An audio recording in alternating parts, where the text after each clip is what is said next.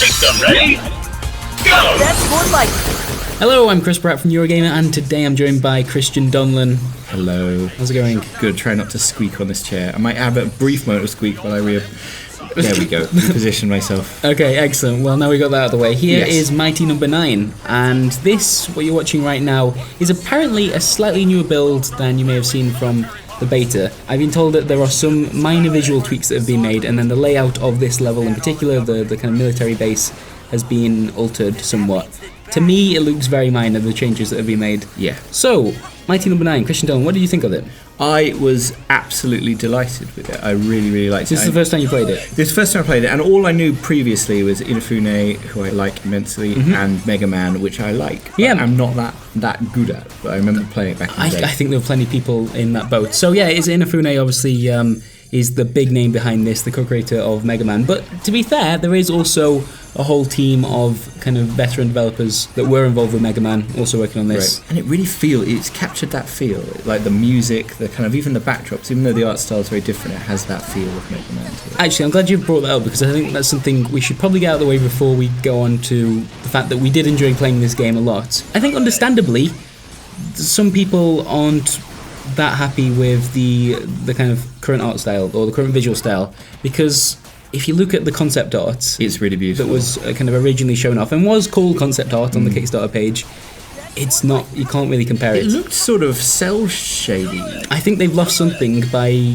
going to 3D models, and some of the kind of animation work that accompanies them, it doesn't look as pretty as those original It's pictures. the loss of the black line, isn't it? Which is a big thing when you move from Kind of 2D drawn sprites to, animation the black line is so important, and it's very hard to kind of capture that in a way that looks real with 3D stuff, I suppose. But if you're watching this video and you've been following the progress of Mighty Number 9, you know where you stand on that. Some people think it's fine, some people prefer it, and some people don't, and that's I thought it looked very great nice. though, actually. I really did. I thought it looked really lovely and glossy, and I thought the enemy robots looked particularly sort of charming and delightful, which is weird. I mean, obviously they're enemy robots and this is a military level, but a lot of the enemies in the game seem to be repurposed. They're good robots gone bad. Yeah, So, well, that is actually the theme of Mighty Number 9 throughout. It's that, these machines have been kind of hacked by some supercomputer virus, and some of the enemy types, I think one of them was like some kind of like recycling bin. Yeah, there was a recycling bin, and then they were like,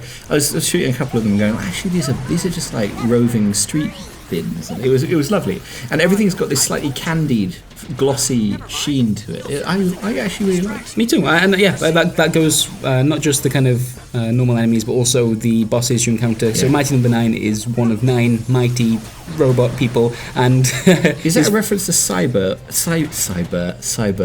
009, the manga? I wonder. It might actually be Cyborg 007. Oh right, okay, fair enough. But yeah, that's quite a pleasant theme that goes throughout it. And also, when Mega Man, when Mighty Number 9 gets hit and dies, he turns into voxels, which is always lovely.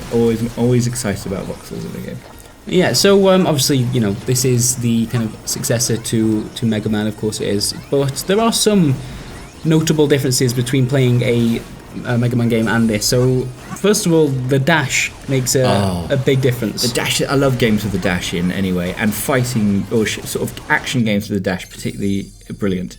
So it's not just about moving around the level more quickly, although that is does totally help, one of yeah. the uses. It's also the way that you want to try and kill enemies. So when you're shooting an enemy, they will, if you do enough damage, they'll be stunned, and at that moment you want to get over to them and dash through them as quickly as possible. And that is it works so beautifully. Yeah, it? it's got that lovely stutter. I think The when we hit were pause, playing it, yeah. we were talking about games like Resogun, which does that really nicely, and Pac-Man Championship Yeah, which Edition. has I this think kind of corrugated hit pause as you chew through all the codes. If you haven't played that game, by the way, and you're thinking Pac-Man, what the hell? That is a huge compliment. It was £1.19 on Steam the other day. Or something. One of the best feelings. One of the great games. Yeah. But there is something about like an action game where it's not just about shooting, where there is another twist to it. And I think Alan Wake tried to do this with kind of the torch. You burn them with the torch and then shoot them with the gun. But it was almost like it was too similar. It's just you had to shoot everything with 2 different guns. Whereas this is you shoot them to stun them and then you chug through them, and it is the most beautiful feeling. Especially when you set up a combo, so you sort of get 3 in a row and you just go ka-chung, ka-chung, ka-chung. It's just lovely. Sure, and not only is there a kind of a combo bonus to think about in terms of your points, but also there are certain power-ups that you can grab if you get over to certain enemies and dash through them. Yeah, so it's enough. encouraging you to be not reckless, but to work at You need to be speed. close to the enemy when they are when they're first stunned, otherwise you immediately lose time. I love that stuff, and it also, in a weird way, it takes you back to the mechanical roots of arcade games. It has a feeling of like pachinko, feeling of like actually like a mechanical connection with objects, which is really lovely. And anything with a multiplier, I'm there. I'm there. Day absolutely. one. Day 1, 2, 3.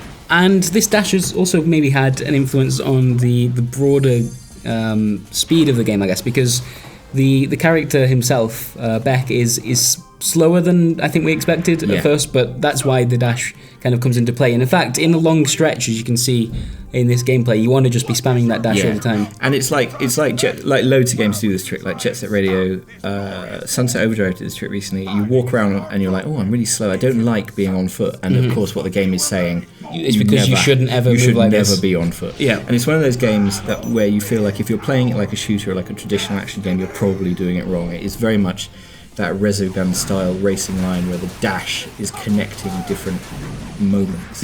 Yeah, lovely. We didn't get to see any of the kind of transformation stuff which will come with defeating a boss. Also, you can't, slightly disappointing from a Mega Man point of view, is you can't tackle the bosses in different order. Yeah, which is actually like something that they said you would be able to do in their Kickstarter campaign. A Mega Man staple of having the screen with, the 8 different boxes of the bosses you were going to take down. You work out, each one gives you their weapon, and then you work out the best way to kind of pick your way through. Yeah, I'm not entirely sure how that works, because that's something we asked about whilst we were playing it, but we weren't playing it with one of the devs. I'm not sure exactly. It feels like the reason is that they're going for a more intricate campaign, and so like there were moments in this one where a boss who you will have defeated previously comes out in the background to help you out by sort of freezing enemies or something like that. The freeze boss will turn up and freeze some enemies. Sure.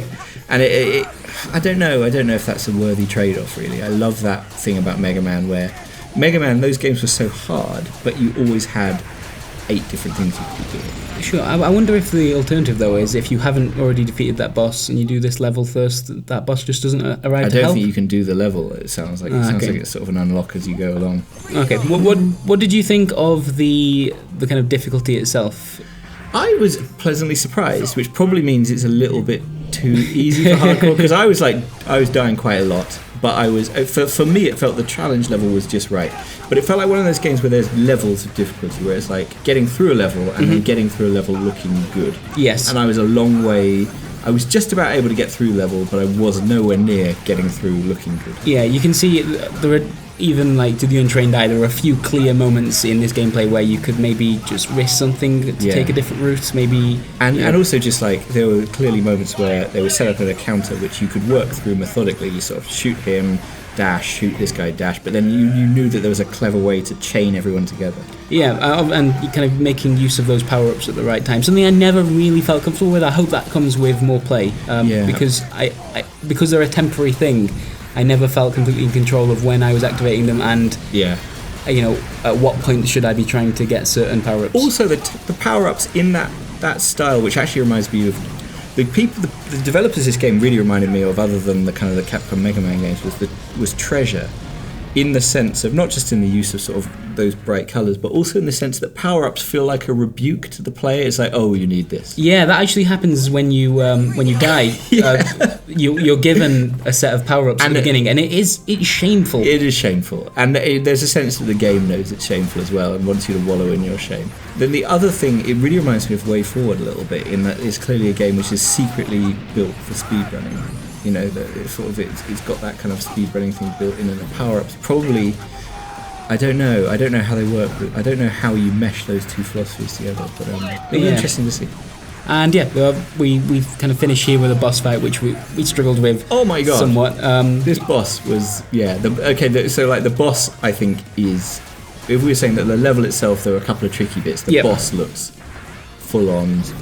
Yeah, so with this boss fight in particular, there are 2 moments in this encounter that you can be one-shotted. The kind of cannon attack when he's charging up, and you just have to try and figure out when he's going to. And the timing, it tricks you. It takes a little bit longer than you think it's going to. Just a little bit longer, but that moment will, can destroy you. And then once that attack has been made, the projectile is kind of a bomb that's sticking in the opposite wall.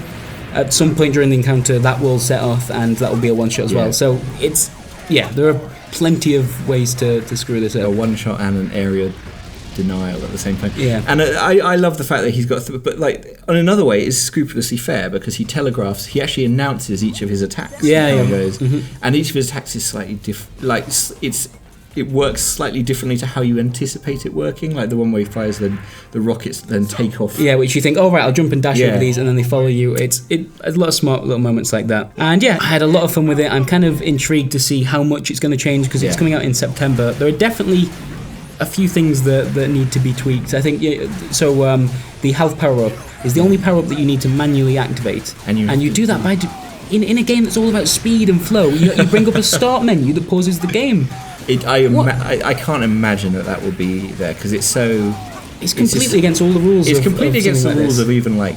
What's weird is Mighty No. 9 is clearly not a bad game, and that is like not even bad games do that. So Yeah. presumably that will change. Yeah, I just can't see that sticking around. So hopefully not. And it will be interesting to see not just little tweaks like that, but also as we kind of get to see more of the game.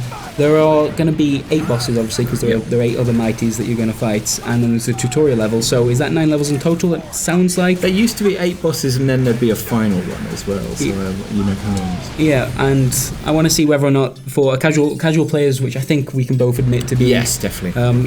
A single playthrough of a game of that length, is that going to be enough?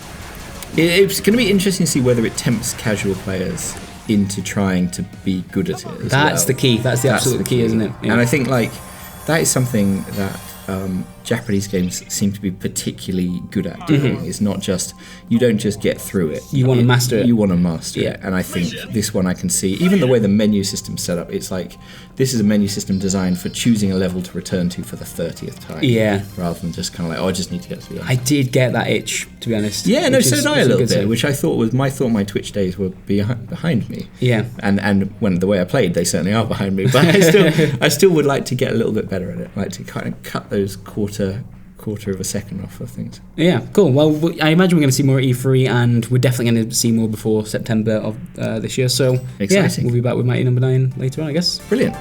What should we tackle next? Details on the remake will be a long time coming, but its director Tetsuya Nomura, who's a character artist on the original game, has already said that the new installment will be more than just a HD conversion, and something that matches the times, hinting that at least some gameplay or story elements might be tweaked.